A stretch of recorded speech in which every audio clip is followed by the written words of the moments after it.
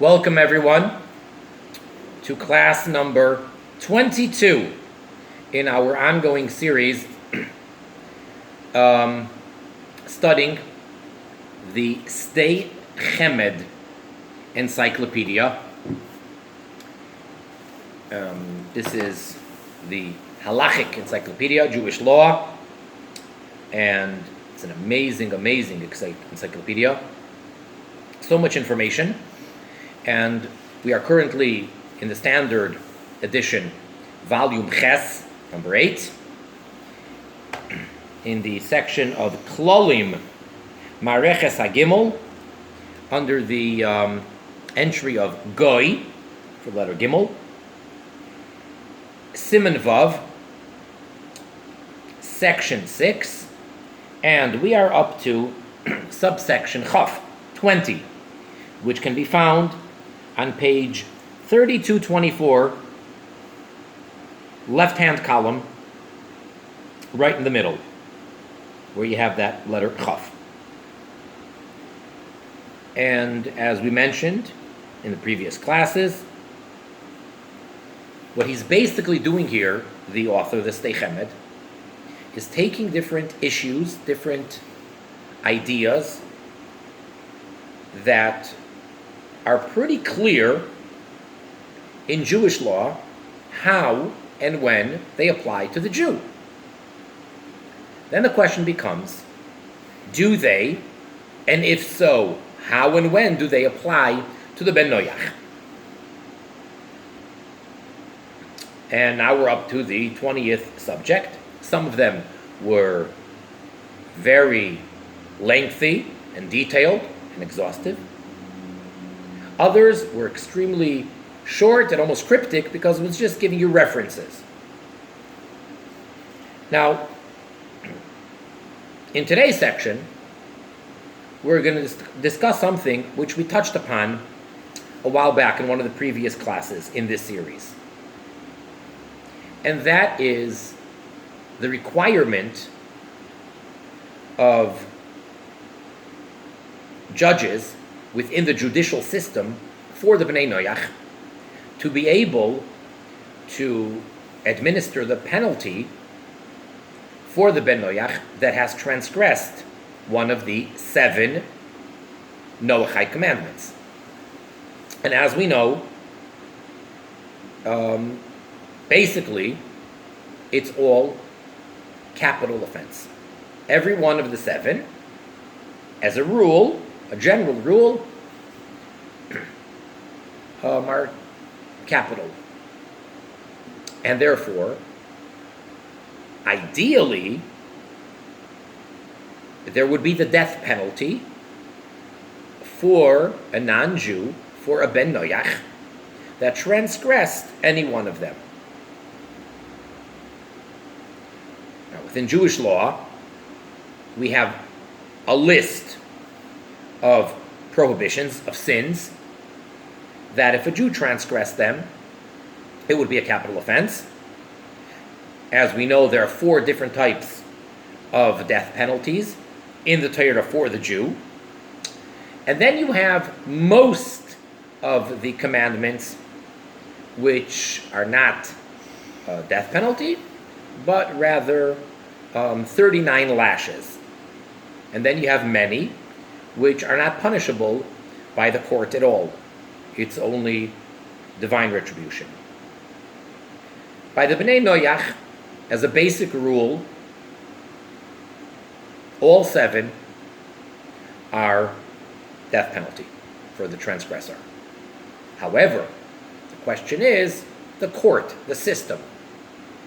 So again, in Jewish law, it's very clear. We have what we call Sanhedrin, which is actually not a word in the Holy Tongue, Lashon HaKodesh in Hebrew.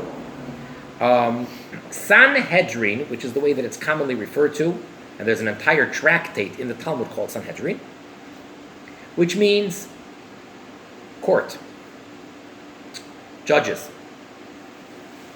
So there are different levels of Sanhedrin. There's, starting from the top, the Supreme Court, and there's only one of 71 members. 70 plus 1. And they reside in the Holy Temple, in the section, in the chamber, which is called Lishkas HaGazis, of hewn stone. And that's where the 71 convene. That's the top. Each one of those 71 is a direct continuation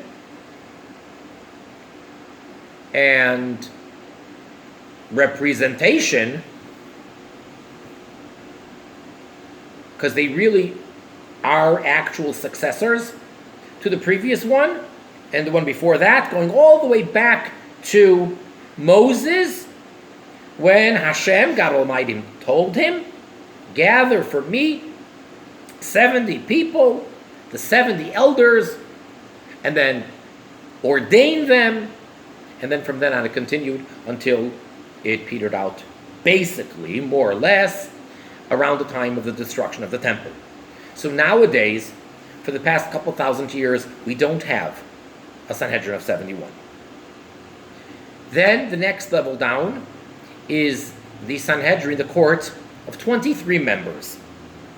And then the next level down was another one of 23. And then every city is supposed to have, in Eretz Yisrael, in the land of Israel, is supposed to have, each city should ideally have a court of 23 members. So really the number, in order to administer the capital punishment, corporal punishment, would be a Sanhedrin of 23. The Beis Din, the Jewish court, that's what it's called. Beis Din is the more accurate term in Hebrew. Beis Din. They cannot put anyone to death with less than 23 members. And then, depending on other cases, there could be various different numbers for how many judges we need for other cases. And then you go all the way down to what's more commonly known, especially nowadays, and that is a Beis Din of 3. 3, for the most part, is the minimal number of judges when it comes to monetary cases, and so on and so forth. Now, in Jewish law, we find very interestingly, this is what the oral law, the Talmud, explains based on the written law, on the verses in the Chumash, in the Bible. And that is, that in order to find someone guilty, someone who was tried with witnesses, etc., and then for there to be a verdict that this person is guilty, you have to go by the majority of the judges that are presiding on that case. So if, let's say, you have 23, and you have 10 that say one way, and 13 that say differently, majority rules, 13, we follow them. And there's actually a verse that teaches us how we know we have to have 23. 71 is pretty explicit, because God told Moses, as I mentioned, gather for me 70 elders. So that's pretty clear. But the 23, it doesn't say number 23. As we're going to soon see, it uses the word Ada, which means congregation. Ada, Ayin Dalet Hey. And we learn out from the spies, if you remember that episode, that an Ada is 10. Because there originally were 12 spies. 2 of them did not, so to say, mess up and remained loyal. And 10 of them sinned and came back with a negative report and came to their own conclusions and died a terrible, terrible, gruesome death. And then some. So they were 10. And God refers to them as an Ada, So we find biblically that the smallest amount of people in quantity is 10. So that's an Ada. Now, not at all related to that section of the spies, when the Torah is speaking about judgment, so it says that the Ada is going to be judging, and then it says a second time, the word Ada is going to save the person. Meaning to say, some of them are going to be giving the guilty verdict, and some of them will be giving the innocent, not guilty verdict. Ada and Ada gives you 20. However, you can't have an even base team to start off with, ideally, because you need a majority. So if you have an even number, you can always have a situation where there's a deadlock. Now, I'm trying to condense and simplify a more detailed and complicated and complex topic. For one reason, is because this is Torah, and I don't want to get too unnecessarily involved, which was a discussion we had a number of classes ago about a Ben Noach studying Torah. So I hope I'm being clear enough, because I know that in a certain sense I'm not. So just bear with me. You can't have an even number of judges in a Jewish court, because theoretically, if everybody votes, you can have a situation where there's no majority. If you have only 10 people, it's 5 and 5. 20 people, 10 and 10. Therefore, you need to have an odd number. Now, in that case, all right, Ada equals 10, plus Ada equals another 10, 20. Add one more, that becomes an odd number, 21. So why do we make it 23? So here's the important part for our discussion. When it comes, this is all in Jewish law for the Jew, when it comes to judging a Jew in a capital case,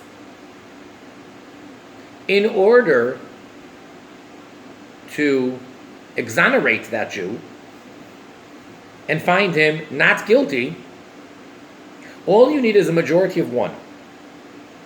So 11 against 10, 11 say he's not guilty, 10 say he's guilty, the verdict is he's not guilty. And he's free, does not get killed, does not get punished. However, in order to be strict, in order to find him guilty and punish him, a majority of 1 is insufficient. You need to have at least 2 more that are voting guilty over the others. Therefore, 11 against 10 wouldn't work. If the 11 are saying that he's guilty and the 10 say that he's innocent, that still would not make him guilty, because it's only 11 against 10. That's not a large enough majority. You need at least, if the numbers that we're dealing with is 12 against 10. 12 against 10 would work. If 12 say guilty, 10 say innocent, he's guilty. Problem is, 12 against 10 is an even number in total. Can't have an even number, because then it could be a split of 11 against 11. So for that reason, this is how we know that biblically, the Beis Din, the Jewish court, must be 23 members. Ada, 10. Plus Ada, another 10. Plus 1 to make it an odd number. But because of this, so to say, technicality, we need a majority of at least 2 people, but it can't be an even number. Thus, we have the complete total of 23. All right. Whether or not you followed, let's just move on and take my word for it that biblically By Torah law, the Jewish court is 23. But it's going to be very important, even if you didn't exactly follow the logic or the way we derive it. But the point is that it is an oral explanation given based on the verse in the Bible. That's important to note. And now let's begin inside. So again, we're on page 3224, left-hand column by the Chaf. Hezekiah, that which we have established. We have an established fact. That a Ben Noach, a Gentile, a non-Jew, can be punished and put to death based on one judge. You don't have to have 71 or 23. You don't have to have 3. One judge. Now, don't let yourself get confused with different countries or different times. For instance, nowadays, at least in this country, in the United States, so there's a concept of a jury, and then there's a concept of a judge, and at times, a case can be heard by one judge. Other times, you have a jury of, I think it's usually 12 people. And the judge is almost like a coach, or maybe that's not a good word, a referee, or a guide of some sort. Because he knows the laws, and he's managing the dispute. He decides whether an objection from the other side is acceptable or not. But ultimately, it's this group of very learned jury people that went to law school, and they know the law very, very well, and they're fit to be judges. I say this in tongue-in-cheek because I think that it is kind of ridiculous, the system that we have today in the United States, that there are some cases where you take 12 random laymen and women, or people that may be ignorant of the law, and they're the ones that are going to decide. Now, I see the merit in it. I see the positive to it. But still, at the end of the day, I think it's absolutely, totally absurd. The positive thing, I assume, is that you want someone who has common sense and who is not limited or bound or subjective based on what all these fancy law books say. They are to judge, did this happen or did it not happen? So there's testimony after testimony, and they're listening to what this one says, that one says, and you took 12 random different people, and they now are hearing the evidence, the facts, and they now, based on their common sense, are going to decide whether this person, at the end of the day, is innocent or guilty. And then they vote, and then you go by the majority of the jury. That's seems pretty ridiculous, though, because they don't know the law. So even if they are told certain rules or certain things, and even if there is a judge that's kind of overseeing the process, cases need to be heard out by judges. And a judge is a person who knows the law, at least in this area. At any rate, getting back to the way it is according to the Torah, one judge can judge the case for Bnei Noach. That's a fact. All right? However,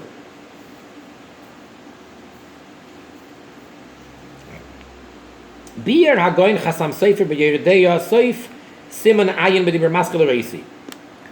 So the Chasam Sefer, which we're actually bringing him down relatively often,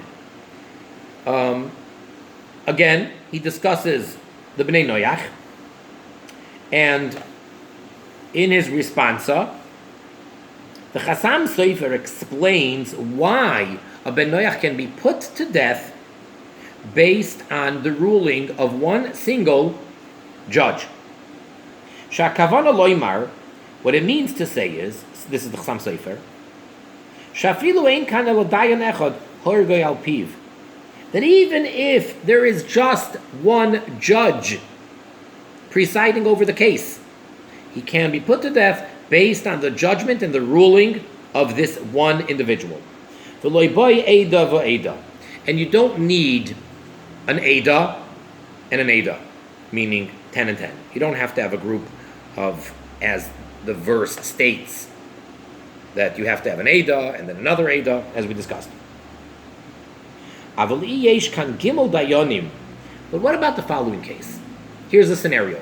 You have 3 judges.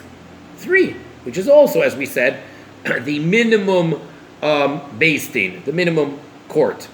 So you have 3 judges. Ushnayim mezakim. And out of the 3 judges, 2 of them are of the opinion that the person is innocent. 2 of the judges vote not guilty. Ve'echad mechayev. And 1 judge out of the 3, his vote is that the person is liable. The person is guilty and should be put to death. So what do you do then?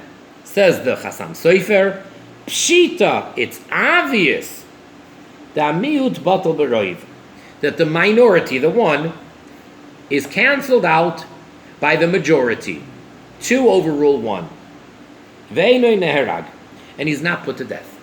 In other words, the Chasam Sofer is clarifying that which we have an established rule, that unlike the Jew, the ben noach can be punished, put to death, based on 1 judge. It doesn't mean that we ignore the majority of the judges. It means that if there aren't 3 judges, there's only 1 person who's judging this case, which is acceptable, even for Bnei Noach in a capital case, and he decides guilty, that's fine. But not if there's a beis din, a group of 3 judges, and 1 says guilty and 2 say innocent. Of course he's innocent. Of course he's not punished. That's not the meaning of a ben noach being killed based on 1 judge. Adarabba.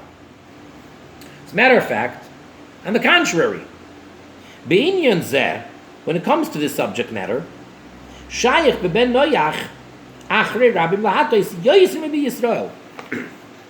Now, we have another verse that states, speaking to how to judge cases, achrei rabim, after the majority, lahatois you shall lean. Now that's a verse which seemingly is speaking to the Jews. Jewish judges are to go by the majority. And in such a case, majority rules.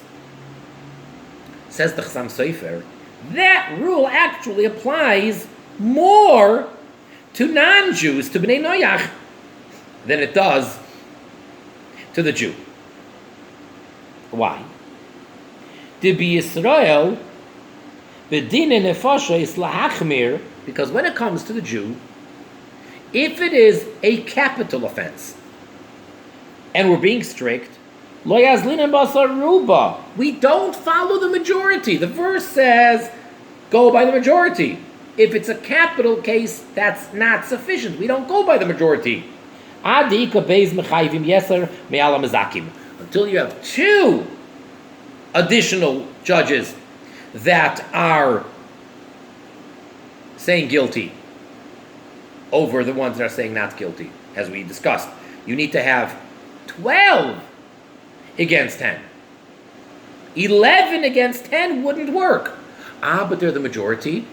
Not good enough, because we learned that out from the verse. V'im kain, ein zenerag. So in such a case, this Jew would not be put to death, mitam roiv. And you don't say, but there's a majority.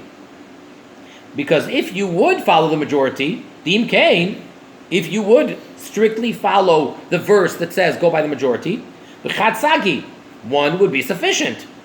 and 11 against 10 would work. Ela migzeras hakasuv. So why indeed do we not put to death the Jew in a case where the judges had a majority of one person? Because it is what we call a gzeras hakasuv. It is a biblical decree. This is what God said. It's written in the verse based on the oral tradition, the interpretation that God taught Moses of how to read that verse, and that's it. So meaning to say, if not for the Gzeras HaKosuv, if not for that rule, there's no difference whether he's innocent or guilty. You go by the majority, and a majority is even one person, right? 50 against 49 is a majority. But we have the Gzeras HaKosuv that teaches us that it has to be in order to make him guilty, in a capital case, a majority of 2. Mashein King Ben Noyach, which is not the case though when it comes to the Ben Noyach. Im echad mizake, if one says that he's innocent, ushnayim mechayvin, and 2 say that he's guilty. That's only a majority of one person. 2 against 1. 1 says innocent, 2 say guilty. Neherag, he would be put to death, al pi achras echad, based on the outweighing on the majority of one person.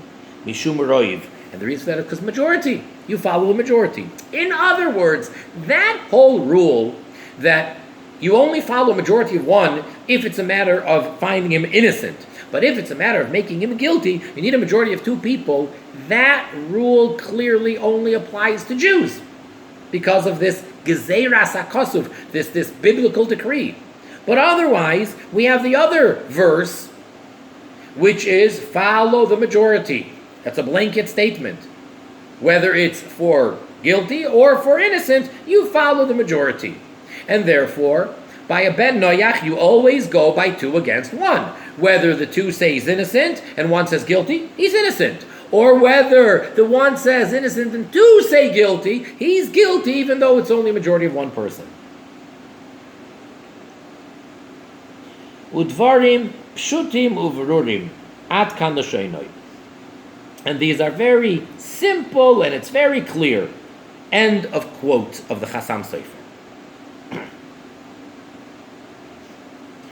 Umashe Kosav, and that which the Chasam Sofer wrote, the Shaykh beven Noyach, Achrei Rabbi, that when it comes to a Ben Noyach, we do follow the verse and the rule that you follow the majority. Ayin li'il sifkat gimel b'digamastul mashe Kosav. So he says, take a look earlier in subsection 3, which we did many classes ago. Sheivesi, that I brought down, says the S'dei Chemed, Mashakasav b'siman yutes. V'nirin dvarav sasri hadodi. He says, I brought down what the Chasam Sofer says in another place in his writings, and it seems like he's contradicting himself. V'atum matzasi shenishal al zeh agoyin maram shik v'chelik yerdei asimin kuftalu. And says the S'dei Chemed, and now I found that apparent contradiction within the Chasam Sofer itself was actually asked of another codifier, the Maharam Shik. The Zela Shoynoi, and I quote, "But Mashakasav Oid B'inyan Hadein Hoichin Eitzel Ben Noyach Basar Ruba." That which he wrote, that when it comes to Bnei Noyach, we don't follow the majority. V'hiksha divrei Maran b'Chasam Sofer Hadodei b'Siman Ayin, and that he's asking that it seems to contradict the Chasam Sofer himself.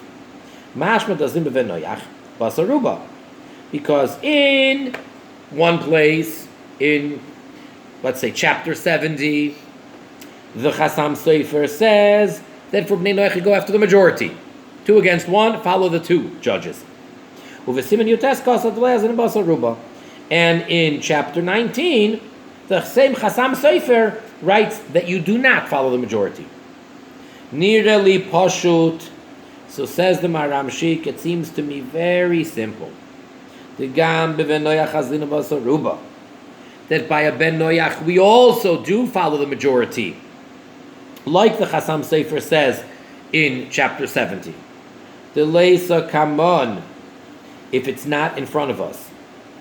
Loimi boilum on the alif bechulin daf yud alif tazlin basa ruba mimaki adam yumas the dilma terefa hava. And he says it goes without saying, for sure, according to the one opinion in the Talmud, where there's a discussion, and there's one opinion that says that we're following the majority when it comes to the following case. This is how we know we follow majority. Not just majority of judges, but majority of cases. Meaning, if someone commits murder, that is a capital offense.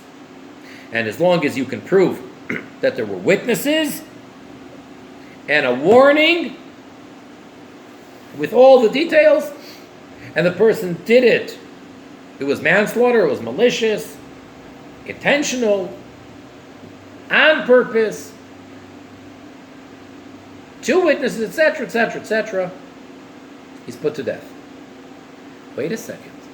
Is there a chance that the victim, the man that was killed, was really, by Jewish law, called a treifa, which means that he had some type of an internal disease, which meant that he was guaranteed that without any intervention, he was going to die within a certain number of months. For example, an animal that is a treifa, by Jewish law, that animal cannot be consumed for a Jew. It's not kosher.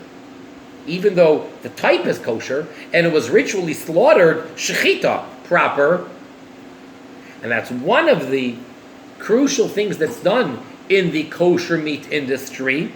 After the animal is properly slaughtered, there's a whole bunch of checking that needs to be done. Because if at that point they find certain problems with the animal's lung, that entire animal is not kosher. But it's an ox, it's a cow, it's a deer, it's a sheep, it's a goat. What's not kosher about it? The type is kosher, and the slaughtering was 100% fine. The problem is, what we didn't know before we slaughtered it, until we can now check the inner organs, it had a hole in its lung.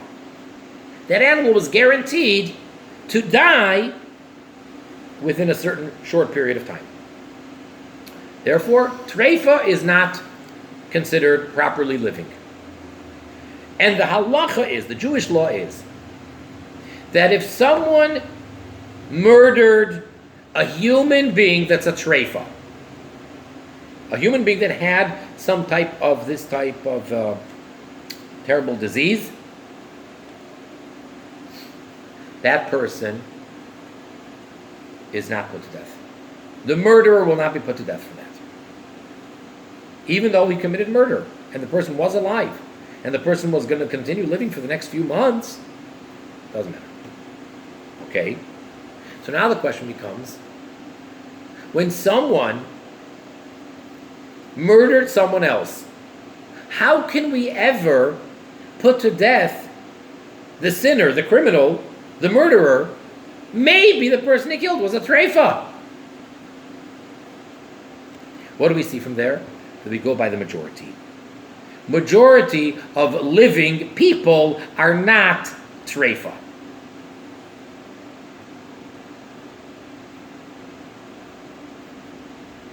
So if that's the case, v'im kain, if so, ze shayach l'meida kam ben noyach. We can apply the same thing to a ben noyach. Don't argue and tell me, oh, that's a Jewish rule. That's only for Jews that we follow the majority. No, the same thing would apply to a ben noyach. Tichsiv, because let's go back to the verse in the Bible where it states that a ben noyach is not allowed to kill, where it's one of the seven. Shayfech tam ha'adam yumas. The verse says that if someone spills the blood of a human being, he shall be put to death. Maybe the person whose blood he spilled was a treifa. Why does the verse just say kill him? Therefore, we must say that we go by the majority. The suffix nefashes lahakel svarahu, because this idea of when you're in doubt, when it comes to human life, you're being lenient, that is very logical. And surely when it comes to Ben Noach, the rule would be the same. So according to that opinion in the Talmud, that's why we're not concerned with every case of murder, that maybe the victim was a treifa, so how can we kill the murderer? That just shows us that we follow the majority. So then for sure it applies by Ben Noach too.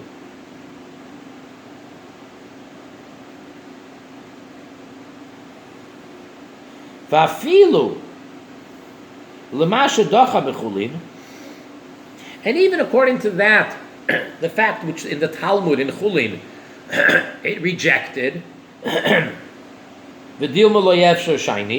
because the Gemara logically, the Talmud logically said maybe there's a difference when you're unable to figure out the facts. Then you have to resort and fall back on the majority. In other words, by meat, by a case of an animal, so we said after you slaughter the animal, you do this internal checking to see if it was a treifa or not. But in a case where it's not possible to do that, in a murder case, so maybe only then do we fall back on this idea of following the majority, and majority of people are not treifa.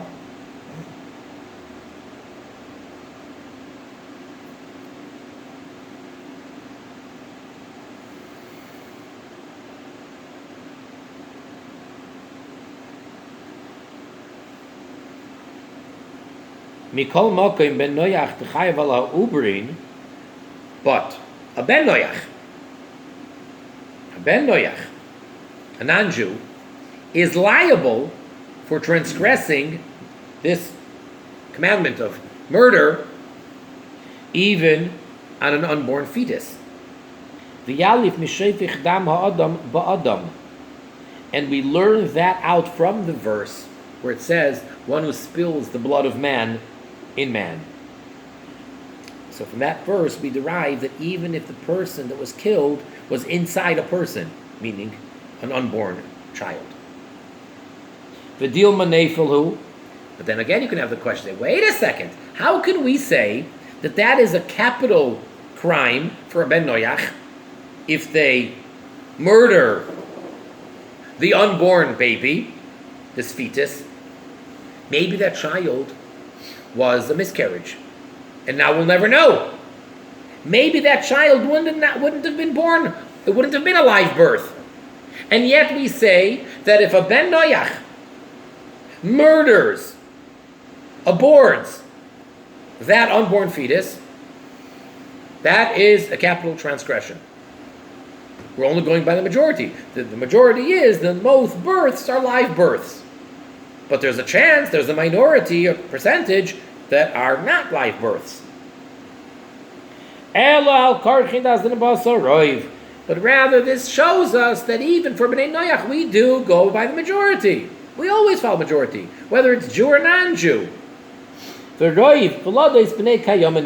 And most births are live births.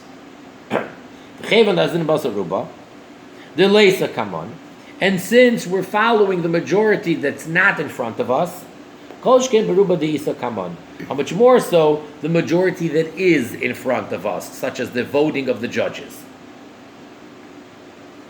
Visu, and furthermore, ben Noach, when it comes to the non-Jew, the nidoin b'dayan echad, that is judged even by a single judge, ruba svarahu.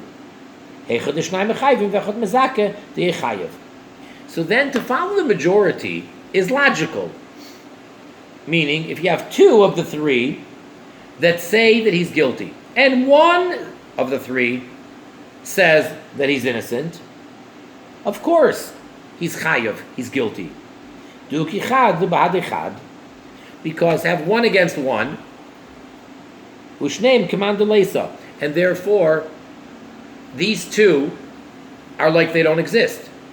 You have two judges that say guilty, one says innocent. Okay, take any one of these two judges that says guilty, place him against the judge that says innocent, one against one, they cancel each other out. What's left? One judge that says guilty. So you're judging based on the testimony, based on the judgment, on the ruling of one single judge. That's how it works. So that's very logical. So yes, we follow the opinion of one judge. Doesn't mean if he's the minority, if after all the math is done, at the end of the votes, 2 against 1, so yes, you're following the majority, which means you're following, in essence, the judgment, the ruling of one.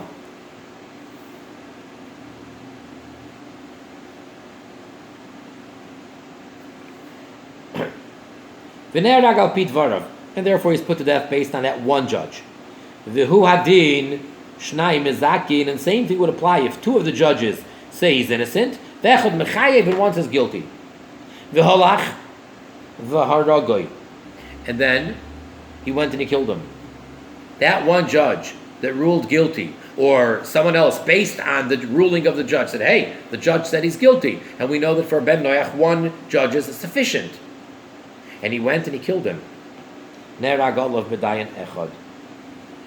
He then is to be put to death based on one judge. Because again, you have a majority of more that said he's innocent. 2 against 1, therefore he is innocent based on one judge, because the other two cancel each other out. And again, it's 1 against 1. And this is logic. And therefore, this is even by a non-Jew. This doesn't have to be only by a Jew. The idea of following the majority is something very logical. Why go by the majority? Because again, the logic is that pin the others against each other. So if it's 11 against 10, so take one at a time from this group and this group. You say innocent, you say guilty. Boom, cancel each other out. They don't exist. Next, you say innocent, you say guilty. Again, the same thing. Then you come to the end, and then 10 of them were canceled out, 10 were canceled out. We don't have the 20 anymore. One single one is left. Whatever he says, that is the single judge. That's how the rule of majority works. As the Chaim Sefer wrote in a third place. There's no question from here on that which one of the commentators in the Code of Law, the Pri Megadim, so he writes, he says that when it comes to a Ben Noach, you don't follow the majority. So that seems to go against everything we just explained. He says, no, it's not a problem. Why? Taf tzadik ches amud beis. The mefarish the bittul beroiv. Yalfinu me'achar rabim lahatois. Tzrichim biur. Ma'inin bittul lahasam. So that which Rashi, the main commentary, in the Talmud, explains that how do we know that anything, any item, whatever it may be, is nullified in the majority? If you have more of one type and something else got mixed into it, to go by the majority. How do we know that? So Rashi says it's from that verse that says follow the majority. So he's asking, what does that have to do with anything?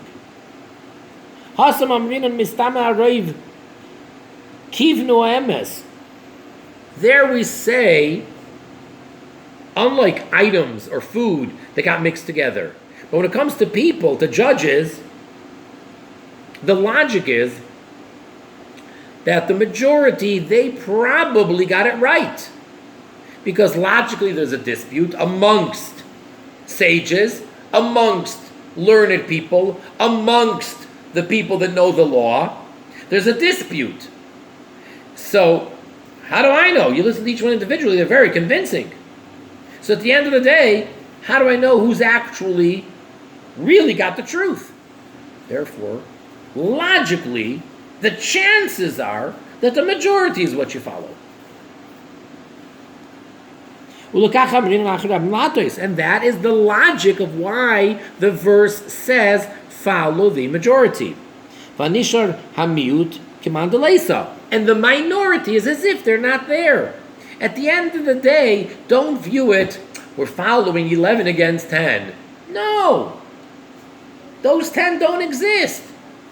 And if you want, out of these 11, 10 of them don't exist either. That's how it works. Avokan, but here, shemiut isur, bevada nisar besoichoi. Here, when we're talking about a mixture of different types of food, so you had 2 pieces of kosher meat, or whatever, one identical piece of non-kosher, and they got mixed together. So there's certainly an entity of something which was forbidden, which is a prohibition, that got mixed. Minalan, from where do we know the batil, that it's nullified? What's the logic there? How do you know that the 2 cancel out the 1? You're not dealing over here with logic or with understanding what the truth is. The facts are that 51% of this mixture is permissible, kosher food. 49% is forbidden, and they got mixed together. What's the logic to say go by the majority? It's not like people with opinions would say, oh, there's the truth. What do you mean? This is a mix. Physically, there's a mixture over here. The Chavanas Rashi. So it seems like the meaning, the intention, what does Rashi really mean?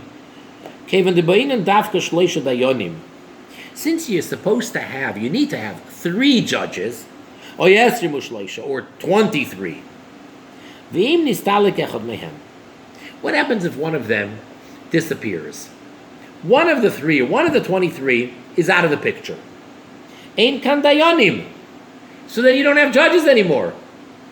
If you started off with 3 judges, as you're supposed to in this case, and one of them is gone, he went home for lunch and never came back. The other 2 are irrelevant. You need 3.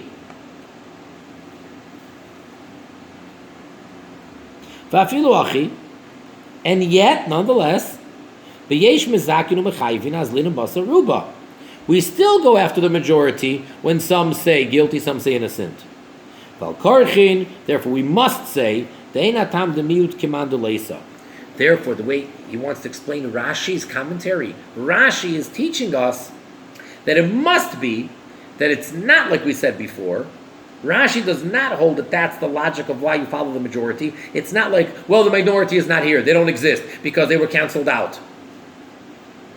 Because if you're going to say that, you don't have 23 judges. Let's say you need 23 for a capital offense. Okay?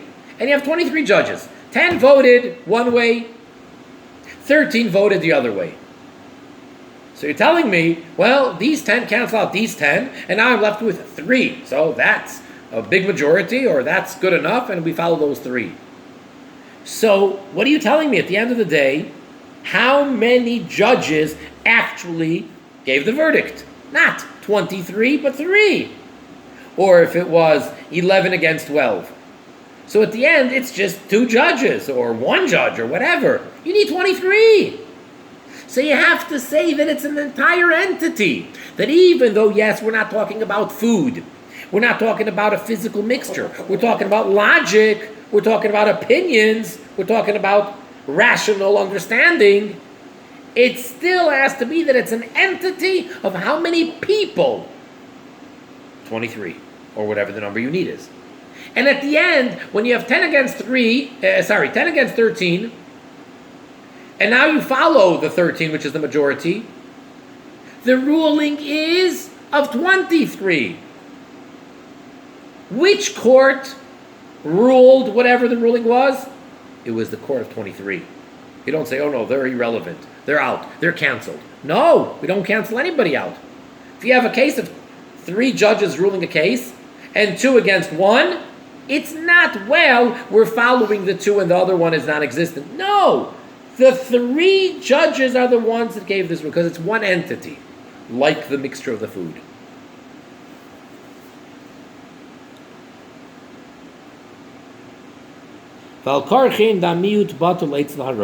And therefore you have to say that the minority of opinions, the minority of judges, are nullified to the majority, meaning they become incorporated in them. And it's as if they became part of them. It's, at the end of the day, it's irrelevant what they thought and what they voted. That would even apply today if you have 3 judges. So, whatever the case may be, we don't have any capital cases, but let's say it's a civil case, a financial case or something, and there's 2 litigants, and they're fighting about money, and they're arguing back and forth. Each one brings all his proofs, his witnesses, his documents, his testimonies, etc., etc. All right? Now the judges, behind closed doors, they all heard the same thing. They all have the same evidence in front of them. Have to hash it out. And they're fighting, they're debating, they're arguing, and they spend some time on this. Day after day after day, these judges, each one states his opinion. Finally, everybody tried to convince the other. 3 judges. They have to take a vote. Now they vote. 2 of them voted one way. 1 of them voted the other way. You didn't get all 3 to agree. It's 2 against 1. When they sign that ruling, the written ruling, which is going to be given to both parties, all 3 sign. And how many judges ruled? 3. It's 1 beis din of 3. It's not, well, it's 2 against 1. That was all of the deliberation in their arguments, in their voting. At the end, though, as a matter of fact, it's even forbidden for any of the judges to say what went on behind closed doors in their arguments.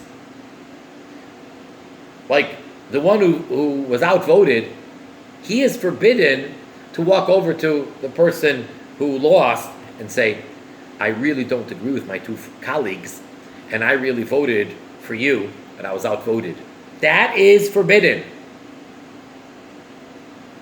This is an entity of a beis din of 3 members. And the one person became incorporated.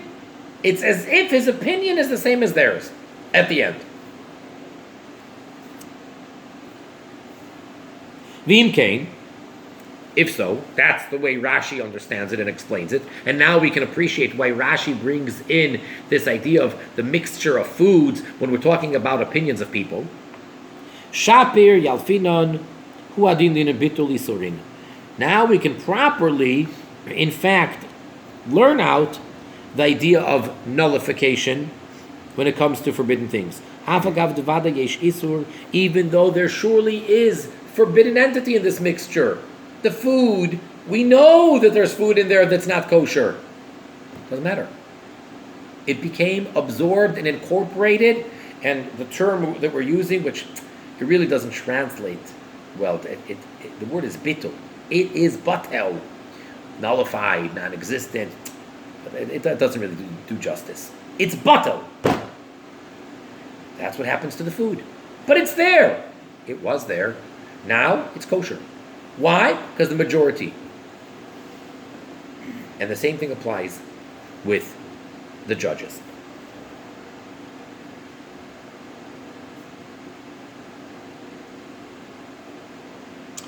Again,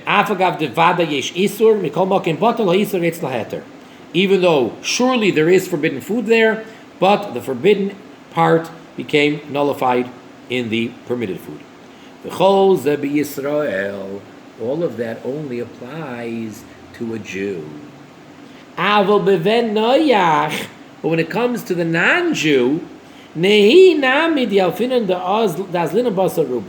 The fact that, yes, we go by the majority, but you can't learn out what we just said now, that the minority becomes incorporated in the majority. That's not what it means, follow the majority, when it comes to a non-Jew.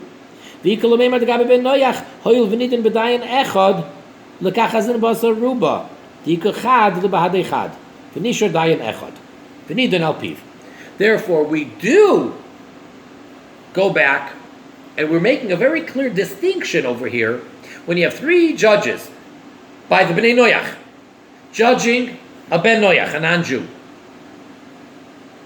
and two say one, and the other one says the opposite opinion.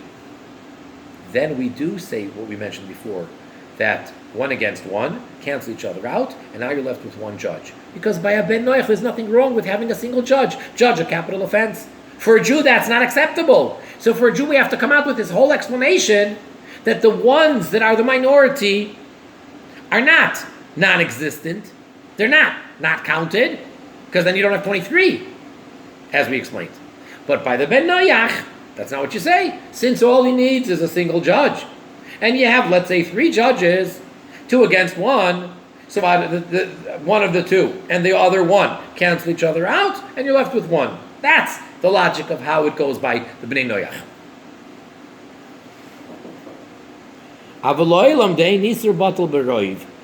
But now it comes to the food. Let's say there's forbidden food for a Ben Noach. Eiver min achai. Food that a Ben Noach is not permitted to consume. Got mixed into. Doesn't matter. Doesn't matter the fact that, the majority is kosher food for a Ben Noach. No. You don't go by majority. There's nothing that's going to cancel each other out of it. It's not logic. It's not people. So the forbidden entity is still there. So it seems to me, this is my opinion. Then he tells us to look at another one of the great codifiers, same time. The Noida Yehuda, that he also brought a whole discussion about this. The Kasav, and he wrote, L'chalik, to make a distinction, bein l'kulo vein l'chumra, whether we're being lenient or whether we're being strict. But to me, he says, that doesn't make sense. Are we going to be stricter on a Ben Noach? On the contrary, we're lenient with him. Ad kan l'shoinoi. End of quote. So basically, we're saying that when it comes to a Ben Noach, we do follow the majority, but it could very well be that it's very different logically than the way it works for the Jew. So even though, yes, the verse says, go after the majority, and we say that is universal, and we don't need, when it comes to being strict and finding him guilty, a majority of two people instead of a majority of one. That is a Jewish rule that only applies to the Jew. And by Bnei Noach, if let's say you have 11 judges and 5 say innocent and 6 say guilty, he would be guilty, because all you need is one. That's it for today.